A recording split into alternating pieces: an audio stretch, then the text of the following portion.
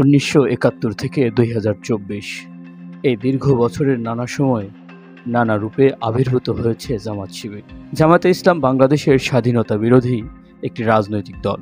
স্বাধীনতার আগে থেকে এখন পর্যন্ত অপূরণীয় ক্ষতি করেছে স্বাধীন বাংলার। বীভৎস সেসব নৃশংসতার পর অবশেষে জামাত শিবিরকে নিষিদ্ধ করল সরকার। বৃহস্পতিবার বিকেলে জামাত শিবিরকে নিষিদ্ধ করে স্বরাষ্ট্র মন্ত্রণালয় প্রজ্ঞাপন জারি করে। এর মধ্য দিয়ে স্বাধীনতার বিরোধিতাকারী দলটির কার্যক্রম নিষিদ্ধ হলো। দীর্ঘদিন ধরে মুক্তিযোদ্ধাসহ বিভিন্ন মহল থেকে জামায়াতের রাজনীতি নিষিদ্ধ করার দাবি করা হচ্ছিল। অবশেষে সরকারের নির্বাহী আদেশে সন্ত্রাস বিরোধী আইনের 18 ধারা অনুযায়ী জামায়াতে ইসলামী, ছাত্র শিবির ও তাদের অন্যান্য অঙ্গ সংগঠনকে নিষিদ্ধ করা হয়েছে।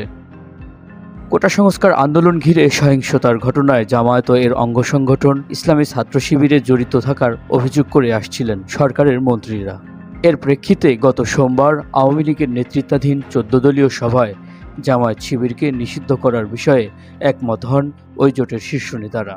এরপর বৃহস্পতিবার স্বাধীনতা বিরোধী এই দলকে নিষিদ্ধ করল সরকার।